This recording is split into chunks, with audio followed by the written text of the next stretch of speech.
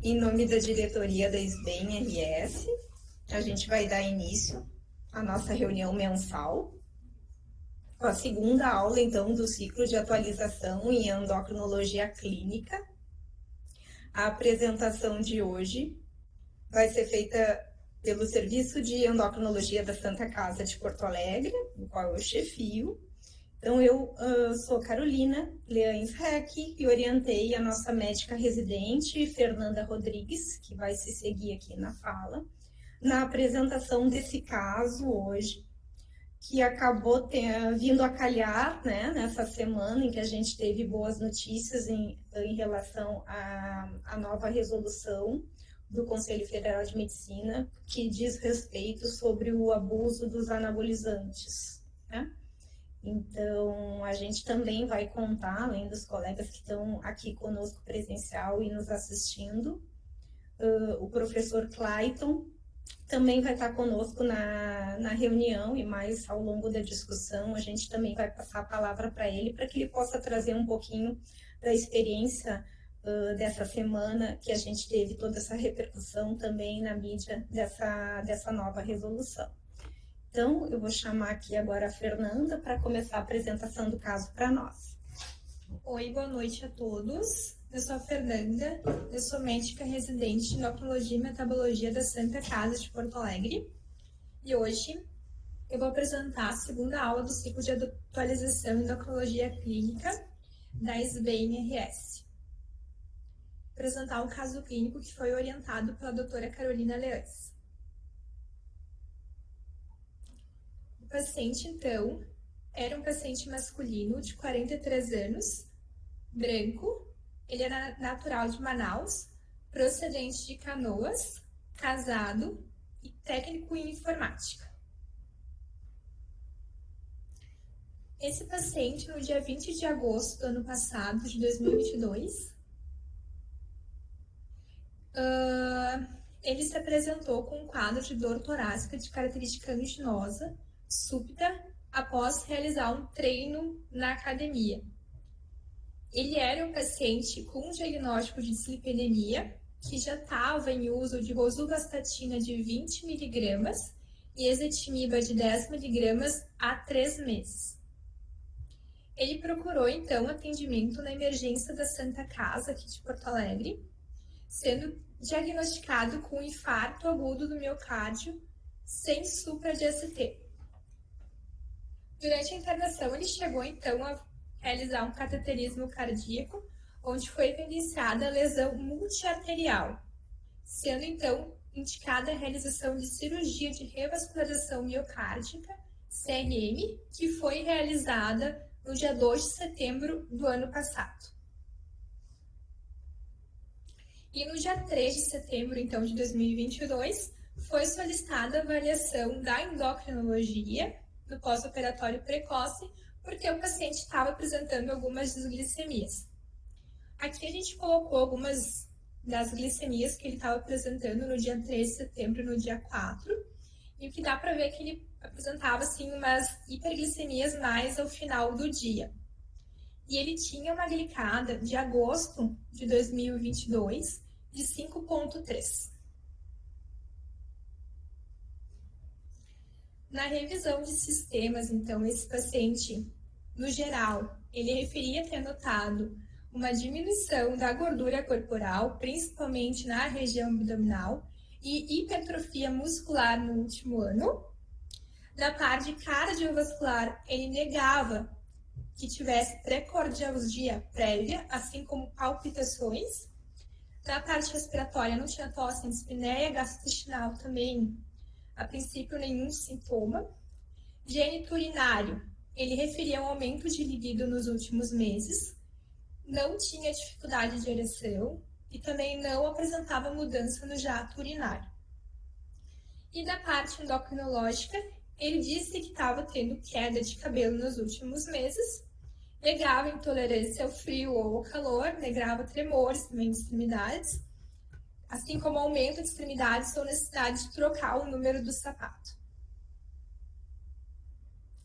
Na história médica pregressa, é um paciente que ele referia o diagnóstico de dislipidemia há mais ou menos uns 2 anos. E ele estava em uso de Gozuva e ezetimibe há mais ou menos uns 3 meses. Ele também era ex-etilista há 10 anos, dizia que consumia 1 lata de cerveja diariamente.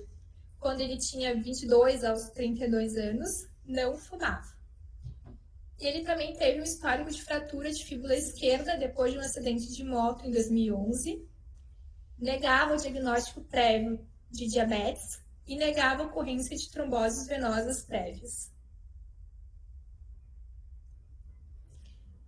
Na história médica pregressa, também ele referia que usava enantato de testosterona na dose de 0,5 ml, totalizando 125 mg intramuscular todas as segundas, quartas e sextas há mais ou menos uns 2 anos. A dose semanal chegava a 375 mg e a dose mensal 1.500 mg. E essa medicação ela tinha sido prescrita por um médico especialista em medicina do esporte, que se dizia, né, pelo menos, através de algumas consultas por WhatsApp. Na história familiar, o paciente ele tinha o histórico familiar de uma mãe com DM2 e cardiopatia, que teve um infarto com 52 anos. A irmã mais velha também tinha diabetes tipo 2, tinha sido diagnosticada aos 40 anos e usava já insulinoterapia.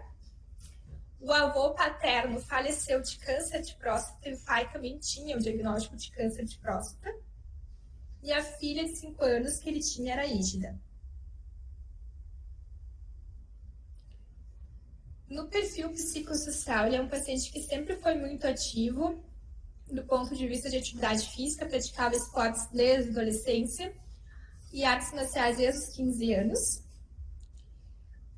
Atualmente ele ia na academia 7 vezes por semana, fazia musculação e caminhadas 60 minutos todos os dias. E segundo ele tinha uma dieta também hiperproteica.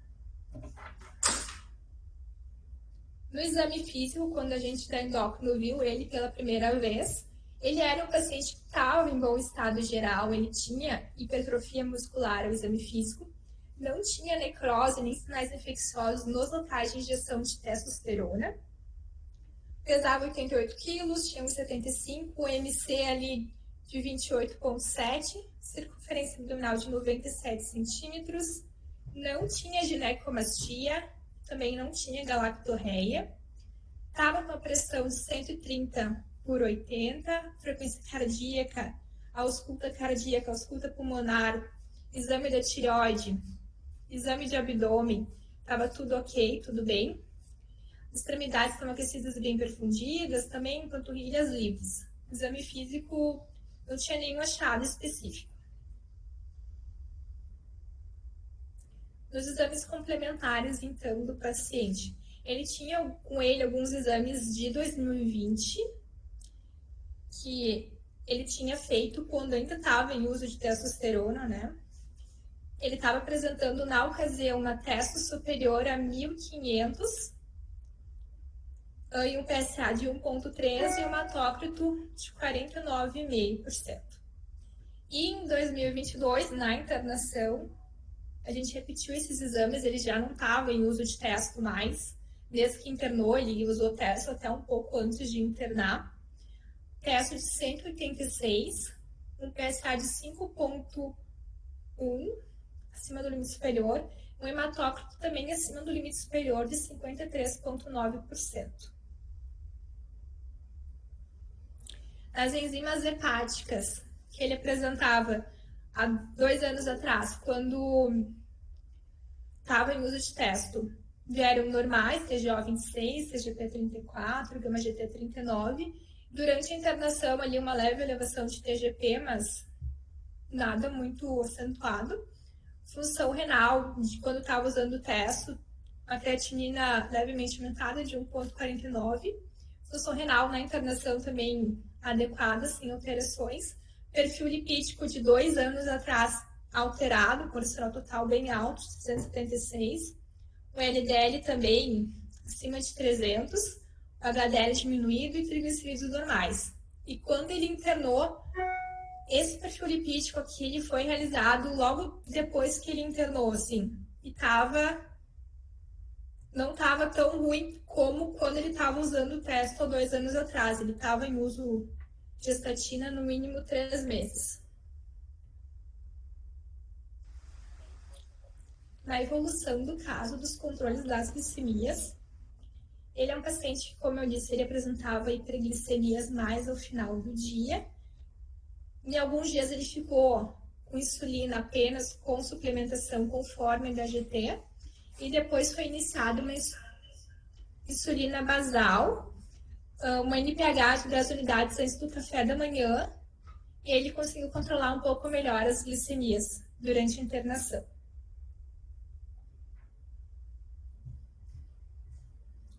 Na evolução do caso, é um paciente que no 4º dia pós-operatório da CRM, ele apresentou uma pericardite, tratou com AINE e colchicina.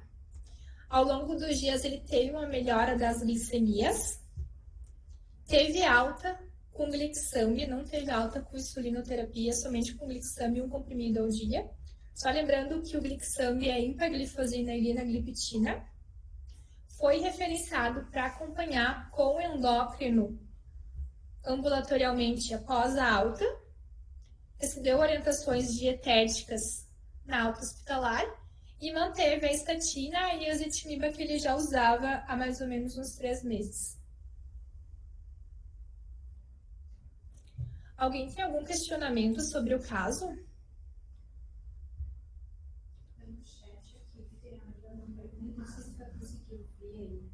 No chat eu estou pedindo para ela para a gente passar. E daí eu já passo ali para revisão. Tu pode passar naqueles níveis também. Tá. Vou falar um pouquinho então sobre o uso inapropriado de esteroides anabolizantes androgênicos, que foi o caso desse paciente. Relembrando então a testosterona. A testosterona é o principal hormônio andrógeno endógeno que a gente tem, predomina nos homens. 95% da testosterona é sintetizada pelas células de Leydig nos testículos e 5% somente pela adrenal a partir do colesterol. No período embrionário, a testosterona ela é responsável pela formação, né, do fenótipo masculino, e na puberdade, pelas características sexuais masculinas.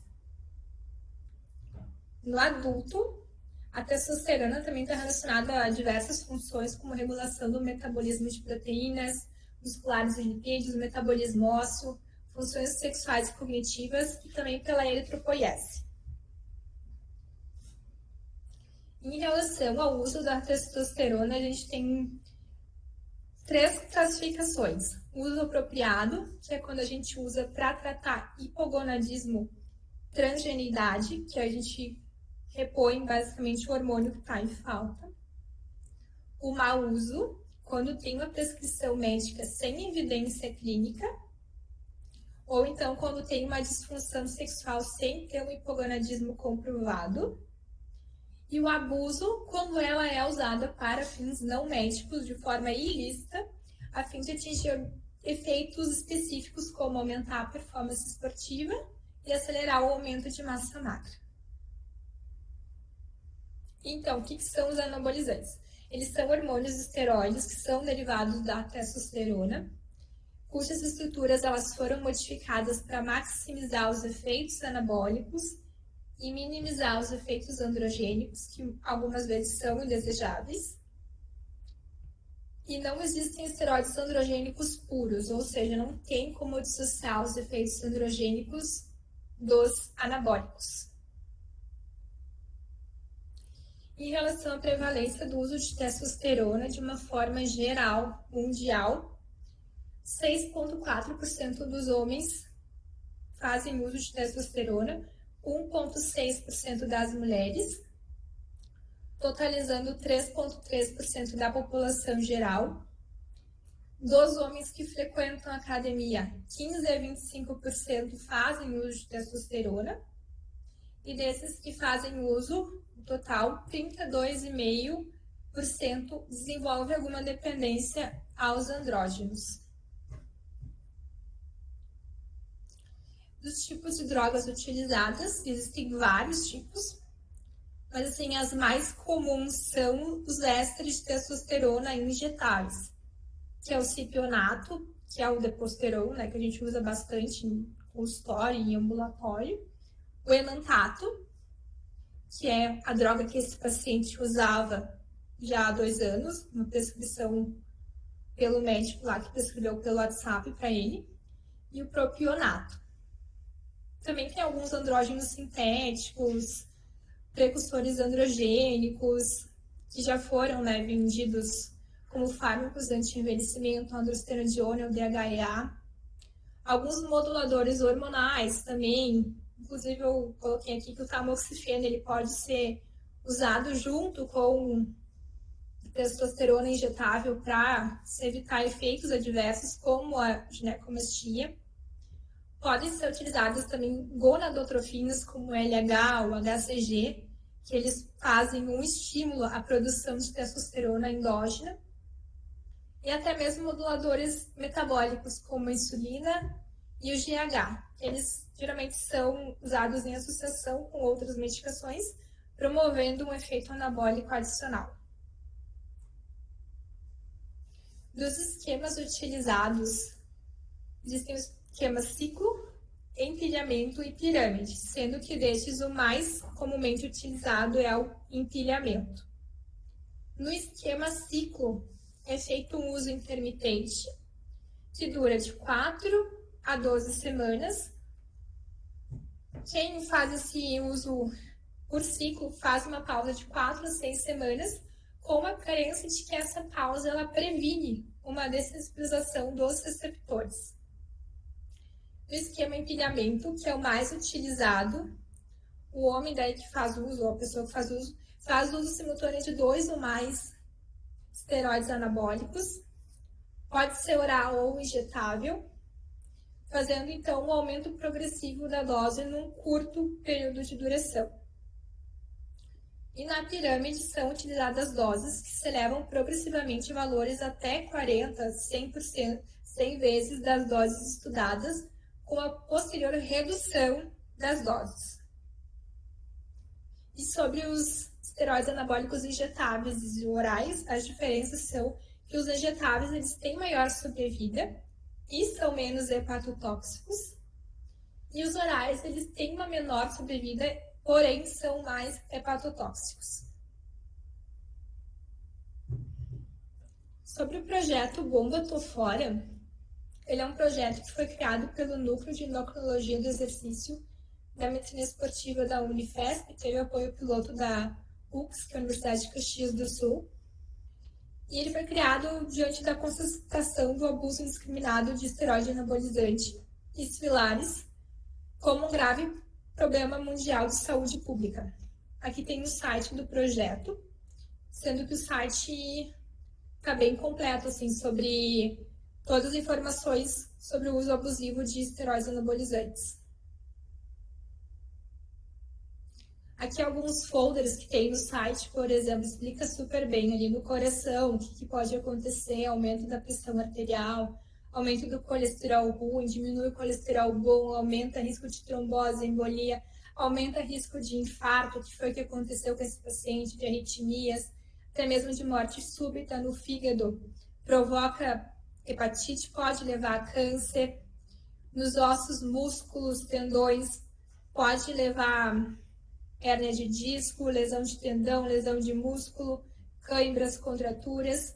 E no cérebro pode levar, sim, a uma atrofia, que é uma diminuição, né, do volume do cérebro do usuário. No homem, então, o que pode causar? Pode causar ginecomastia, que é o aumento das mamas, pode provocar redução do tamanho e do funcionamento dos testículos, levando a um quadro de hipogonadismo, impotência sexual, infertilidade, pode ocasionar o aumento da próstata, pode levar à calvície.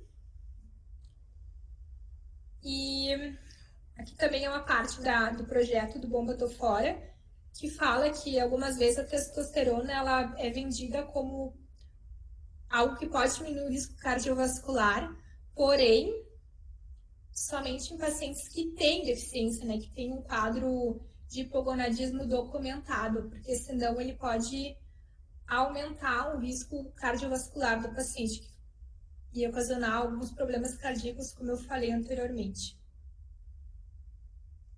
Na mulher, então, o uso, né, abusivo de testosterona pode causar aumento do clitóris, hirsutismo, alteração da voz, amenorreia, alteração de comportamento, principalmente a agressividade. As alterações físicas, muitas vezes, elas podem ser irreversíveis.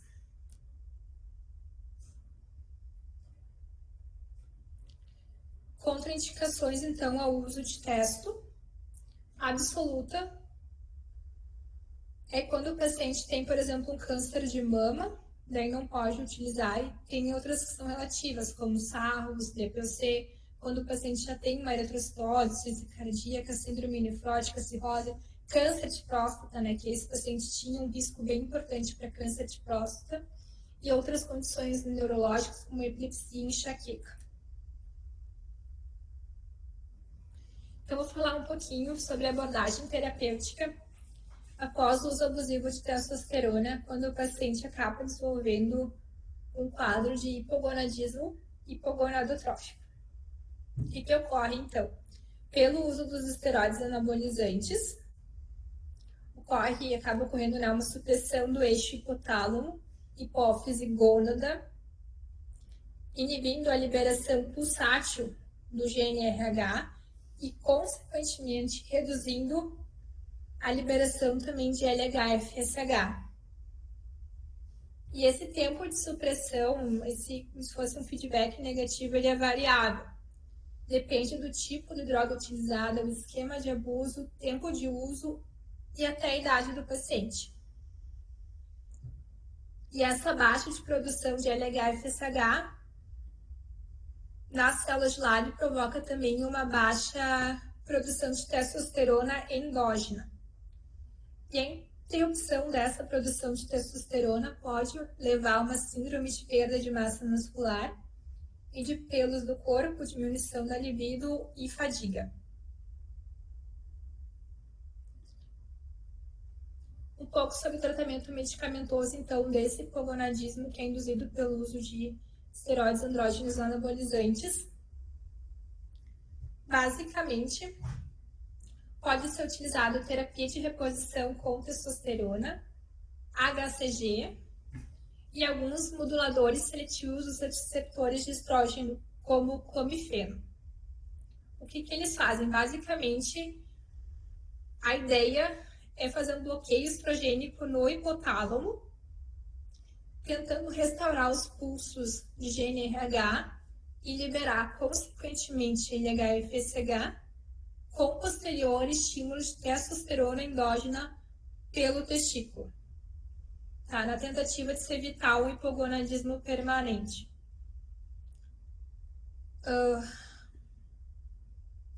Dos efeitos... Não, pode passar. No manejo das complicações dessa redução da testosterona endógena, o que se tem que fazer é descontinuar o uso dos esteroides anabolizantes, começar um protocolo de recuperação com testosterona, com os moduladores de estrogênio dos receptores, como o clomifeno ou HCG. Na ginecomastia, se for um quadro crônico, se indica cirurgia, mas se for um quadro agudo, dá para tentar usar o tamoxifeno, que é um outro modulador de receptor de estrogênio. No quadro de atrofia testicular, tem que avaliar uma reversão com suspensão das drogas e recuperação do eixo. Pode-se utilizar HCG quando não tiver resposta com o clomifeno. Disfunção sexual, pode-se usar inibidores da 5-fosfodiesterase, como o sildenafil. Disfunção hepática, tem que se descontinuar o uso dos esteroides. Fazer uma monitorização da função hepática também é importante. E aqui é um pouquinho da resolução que foi publicada na outra semana sobre o uso abusivo, né, de testosterona como forma de aumentar a performance esportiva ou por finalidade estética.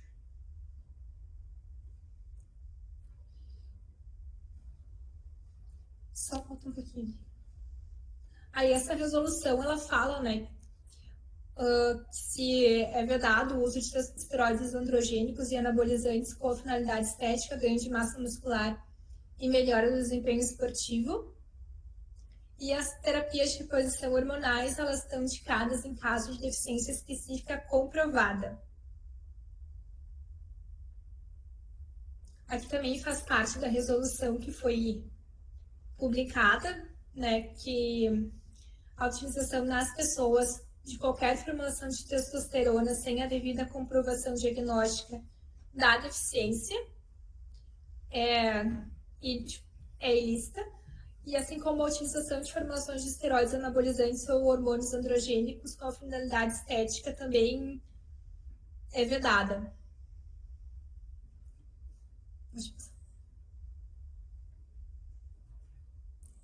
Aqui é um outro slide sobre o manejo do hipogonadismo induzido pelo uso abusivo de testosterona.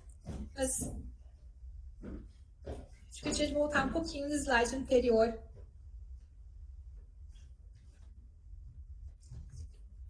Não sei se o professor Clayton está online. Oi, sim, estou. A minha rede está meio instável, já caí 3 vezes aqui, mas estou voltando. Agora estou meio pelo celular. Estou aqui.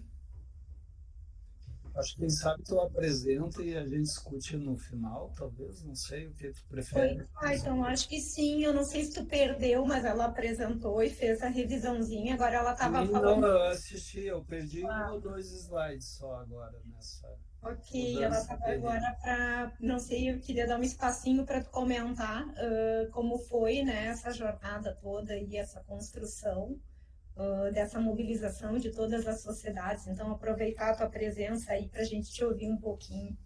Certo. Só para historiar, então, acho que foi um movimento que surgiu a partir da demanda, pelo menos das 4 principais entidades, sociedades relacionadas a esse cenário aí da prescrição de esteroides, a Sociedade Endócrina, de Medicina do Esporte, a Urologia e a Ginecologia. Eles se reuniram numa comissão no CFM e eles construíram essa regulamentação, que está desde agosto, setembro, em tramitação no CFM, né? Então, houveram várias reuniões de ajustes, algumas talvez mais protelatórias, mas agora a gente sentiu um movimento de que talvez isso fosse transferido para próxima eleição e próxima composição do CFM, inclusive, né? Então, a ideia é que a gente pressionasse para realmente ser votado naquele dia 30 de março. Aí houve uma mobilização, nós conseguimos um apoio maciço aí de 8 sociedades, né, de endócrino, obstetrícia, medicina do esporte, urologia, dermatologia, cardiologia, geriatria, gastroenterologia, acho que foram todas, né? Foram 8 sociedades que assinaram a carta. Isso acho que funcionou, a proposta de resolução entrou em votação, a gente teve ampla maioria, né? Eu acho que já foi divulgado esse score, eu até não estava divulgando, mas eu já vi oficialmente ser divulgado. Nós tivemos só 2 votos contra, né? E a partir daí, agora na terça passada, acho que foi dia 12, foi publicada essa resolução. Então, a partir de agora está valendo, né, como regulamentação esses cuidados. Aí é uma regulamentação que teve, assim, ela foi amplamente discutida, né? Eu tive a honra de representar a SBEM e a Sociedade de Medicina do Esporte numa aula de fundamentação de medicina baseada em evidência. Também já foi divulgado, então acho que eu posso comentar. Até então não estava comentando, mas eles escutaram também um outro lado, né, de um médico que trabalha com essa parte de anabolismo. Para surpresa de todos, ele foi contra o uso, né, em público ele defendeu o não uso, pelo que eu sei de bastidores, eu não assisti, mas isso também estou comentando que já foi publicizado. E a partir disso teve a votação, a gente está com a resolução aí. Agora tivemos um apoio da mídia também bem grande, né? Vocês viram várias matérias em vários órgãos da imprensa. E agora existe uma guerra de novas versões, de argumentos, o pessoal está aí nas redes sociais.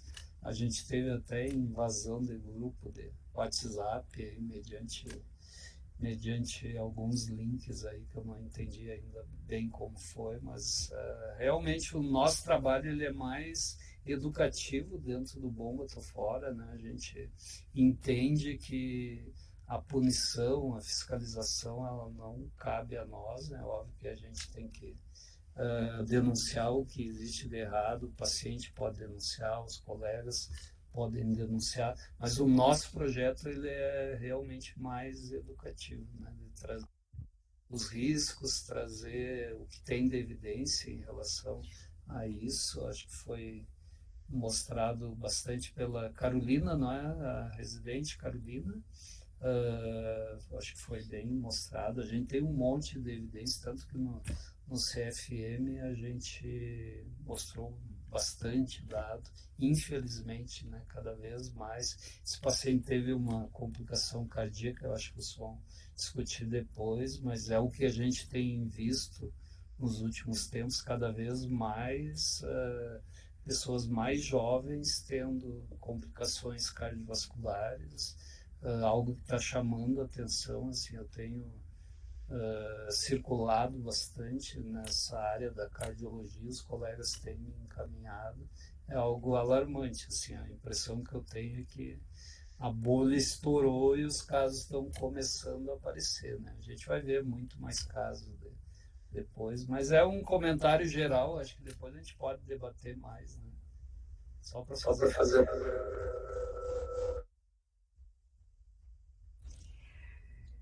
Então, obrigada pelo comentário. A opção que a gente fez por trazer esse caso aqui para representar e para apresentar na SBEM, esse ciclo de palestras, passa um pouco por isso, né? Por esse alerta nesse paciente jovem. Então, relembrando para quem estava vendo, era um paciente jovem, de 40 e poucos anos, que chegou com um infarto agudo do miocárdio, já com uma lesão estrutural, necessitando revascularização miocárdica, né? Então, uma evolução bem agressiva, como se costuma ver.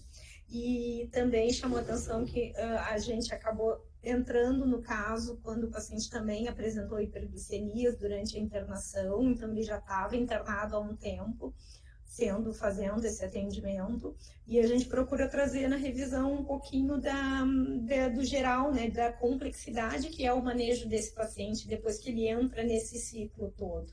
Então, do acometimento multissistêmico que ele tem, da dependência, né, do hipogonadismo, de todas as dificuldades que a gente tem em manejar esse paciente que vai passar por um período de muito desconforto, de muito piora de qualidade de vida também, que a gente precisa acolher.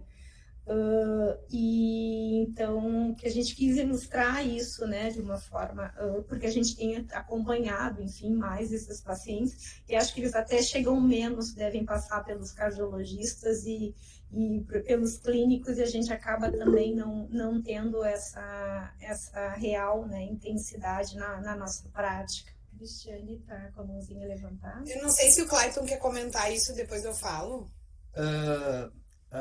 Para comentar, na realidade, o que, que a gente tem? A gente tem esse cenário do mundo underground, né? Eles têm até um handbook que eu mostro nas aulas. Até parei de mostrar porque as minhas aulas já estavam meio manjadas, né? Já mudei, mas tem pérolas assim muito incríveis de dicas, né? Por exemplo, eles dizem ali que se tu tolera um porre, tu vai tolerar o esteroide, né? E chega a estar escrito assim que o menos tóxico para o seu fígado é o que vai funcionar menos, né? Então, o cara já diz que ele realmente tem que se expor a um risco aumentado, né? E aí diz que nem um médico, que nem um doutor vai dizer a dose certa, nem vai poder orientar ele, que é para seguir. Isso é um manual que eles têm, que eles seguem. Acho que até vou recuperar essa aula, vou começar a divulgar, que eu traduzi esse manual. Mas eu acho que é algo para mim que me dói muito. Eu acho que uma das maiores motivações que eu tenho na questão do Bomba Tô Fora é essa é uma captação de alunos de medicina e de médicos recém-formados. Eu acho que isso talvez seja o mais criminoso de tudo, porque além do dano para o paciente, perpetua esse ciclo de apologia e de prescrição indevida, né? Então eles estão desde as ligas acadêmicas. Acho que talvez aí vocês que são professores, mesmo em universidades federais, teve movimento desse pessoal sendo convidado, dando aula, ou se convidando. A gente não sabe bem os bastidores, né? Então, várias universidades, inclusive das melhores do país, tiveram assim uma programação de anabolismo para os estudantes de medicina, né? Uma coisa absurda, né?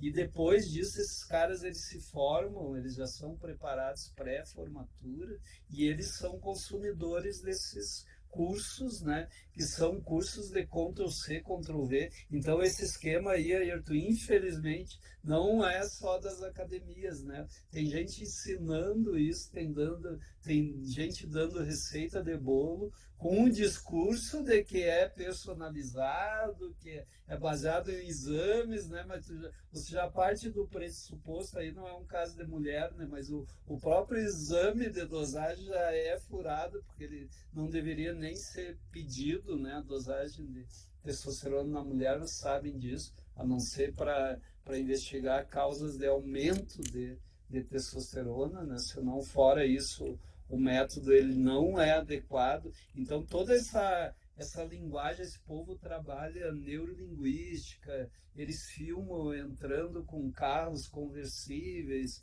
eles mostram consultórios assim super marmorizados, né? Então é todo um ambiente que seduz. É óbvio que tem a questão da índole, da perspectiva de ganho imediato, de não precisar fazer residência médica, tem todo um discurso em volta disso, né? Mas se vocês acompanharem a linguagem desses cursos, existe um dos maiores professores aí que ele vende um curso que ele promete que em 2 horas, o cara vira um profissional premium na prescrição de esteroides anabolizantes no acompanhamento do hipogonadismo pós-ciclo, né? A gente estuda 10 anos aí, eu acho, endocrinologia e é cheio de dúvidas, né? E a gente tem pouco dado científico, porque na realidade que é um argumento deles, né? Nenhum comitê de ética vai aprovar um estudo randomizado, controlado, com essas doses aí que a Carolina mostrou, que o Ayrton comentou, que são doses absurdas, são cavalares, tem combinação de um monte de drogas, né? E às vezes essa combinação é que traz mais efeito colateral.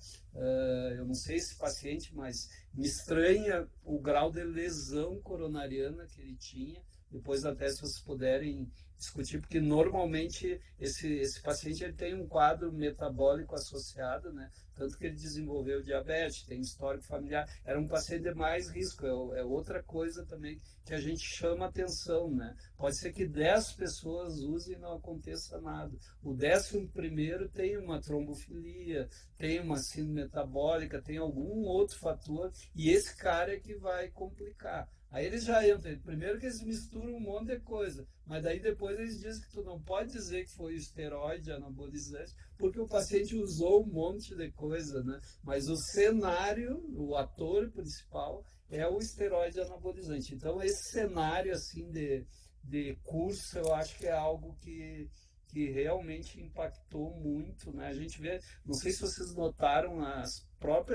os pedidos de exames, eles são muito parecidos, né? Por quê? Porque a fonte, ela é comum desse conhecimento. Mesmo as leis vendem curso para Nutri, para outros profissionais, e vem aqueles exames tudo muito parecido, né? Exames que a gente não pede, de testosterona, T3 reverso, todo aquele monte de exame desnecessário, a testosterona, medidas de tudo quanto é jeito. Então é um mercado que se criou, é um mercado, na realidade, que não tem evidência, e o pessoal vai nas receitinhas de bolo, assim, algo incrível. E o pior é que tem gente mal formada nisso aí, que nem a receita de bolo segue, né? Porque às vezes esse paciente que foi apresentado, ele não estava usando o que eles dizem de protetores, né, que somados dão mais efeito colateral, mas na realidade o protocolo dele não é o protocolo clássico dos prescritores. Aí. Os prescritores vêm já fixo o clomifeno, vem o anastrozol, o tamoxifeno, vem diurético, vem um monte de chazinho para proteger o fígado. Eles fazem uma lambança disso aí, que é algo incrível, né? Cada vez a gente se admira mais. Hoje correu num grupo uma paciente feminina, né, usando androgel na metade do sachêzinho, né? 25 miligramas por dia de testosterona para uma mulher, é uma coisa assim absurda essa dose, né? Fora o que vem junto nessas prescrições. Então, realmente, esse cenário é um absurdo. Acho que até esse caso de vocês é um caso meio atípico pelas lesões que ele tem a mais, esse diabetes já instalado, toda a história familiar. Eu acho que tinha alguns agravantes aí, né? E eu não sei se ele não usou mais coisa do que ele revelou. Tem dados mostrando que 50% dos usuários, quando eles consultam com um médico que não é o prescritor, 50% nega que está usando, né? Esconde. É óbvio que o endocrinologista pega facilzinho, né? É só dosar a gonadotropina, já vê se o cara está usando ou não. Mas às vezes o outro médico não tem essa expertise. Falei demais. Esse paciente não contou, né, na chegada, nem nos primeiros momentos, também não trouxe nenhuma informação sobre o seu prescritor, porque a gente sabe que ele também nunca teve uma consulta ao vivo, né, era consulta através do WhatsApp com um suposto especialista, né, em medicina do esporte, que foi como ele nos trouxe, assim, mas muito vagamente e com bastante insistência a gente conseguiu as doses, né, do éster de testo. E claro que aqui, quando a Fernanda apresentou, ela quis trazer uma ideia, né, do que se tem, para a gente ter uma ideia da magnitude do excesso de prescrição que eles fazem suprafisiológica, né, e então te respondendo, claro que é para mostrar o grande excesso que é feito, né, e que é difundido para esses fins estéticos, e que o nosso paciente, inclusive, tinha feito mais ainda do que aquilo, né, e um uso sustentado e ininterrupto, como ele mesmo comentou, assim, de 2 anos. A gente está se aproximando aqui do final. Vou dar a palavra para o professor Sérgio Almeida, e aí, na sequência, a gente faz o encerramento, agora que o Clayton teve um probleminha de sinal. Almeida, por favor.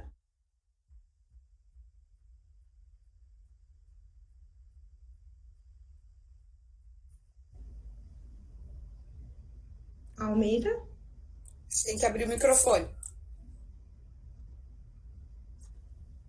Eu caí ali, pessoal, de novo. Não sei se perdi Sim, alguma coisa, mas... o sinal. Uhum. A gente agora está chegando no final da reunião, são 9 horas.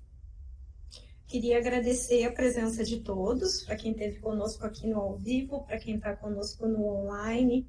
Agradecer e parabenizar mais uma vez o Clayton, né, por todo esse trabalho que foi feito e que é feito diariamente e com muito afinco nas redes sociais, né, na linha diferente dessa batalha, que não é fácil, porque se escuta cada coisa, se enxerga cada coisa, que é inacreditável. Eu vou passar a palavra para encerramento, então, para o nosso presidente Matheus, quer chamar para o endosso. Matheus, vou pedir para tu encerrar a reunião para nós, por favor. Oi, tudo bom? Então, agradecer a Fernanda pela excelente palestra, o Clayton também pela disponibilidade. Muito obrigado, viu, Clayton? Obrigado não só por estar disponível aqui, mas pelo trabalho que tem feito aí, que é exemplar, é muito importante, que a gente sabe que é uma luta das mais ingratas possível, né? E convidar todo mundo para estar presente. Em maio a gente não tem a reunião clínica, mas tem o Endosul, tá com uma programação bem legal. A gente está preparando também assim, um Endosul bem acolhedor do ponto de vista social. Primeiro evento nosso aqui pós-pandemia, então a gente quer receber todo mundo muito bem lá em Gramado. Então tá, estamos encerrando essa segunda aula do ciclo. Uma boa noite a todos.